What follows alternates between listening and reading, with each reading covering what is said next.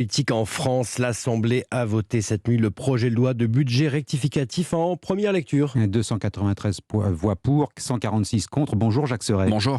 Du service politique d'Europe 1. Jacques, ça a été tout sauf simple. Oui, 4 jours, 4 nuits de débat houleux. À 3h47 ce matin, les parlementaires ont procédé au vote de ce projet de budget rectifié pour 2022. Le scrutin est ouvert. Le scrutin est clos.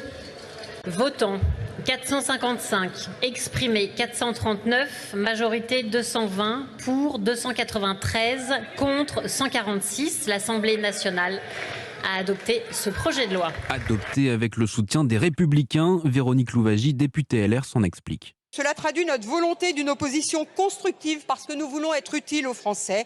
Nous voterons donc ce PLFR qui va participer au pouvoir d'achat des Français. En revanche, nous resterons vigilants pour qu'un certain nombre de mesures se pérennisent parce que, effectivement, la situation peut durer, mais notre objectif reste l'intérêt des Français et d'apporter une réponse à leurs préoccupations. Je vous remercie. Les Insoumis ont eux voté contre quand les députés du Rassemblement national n'ont eux pas pris part au vote, les parlementaires du RN ayant quitté l'hémicycle. Jacques, on retiendra également que les débats ont été parfois très agités au cours de ces 4 jours de discussion. Oui, d'ailleurs, les députés RN expliquent avoir quitté l'Assemblée en signe de protestation, alors qu'un amendement avait été voté dans un premier temps pour permettre une revalorisation des pensions de retraite, une enveloppe de 500 millions d'euros. Le gouvernement a déposé un amendement pour revenir sur cette disposition.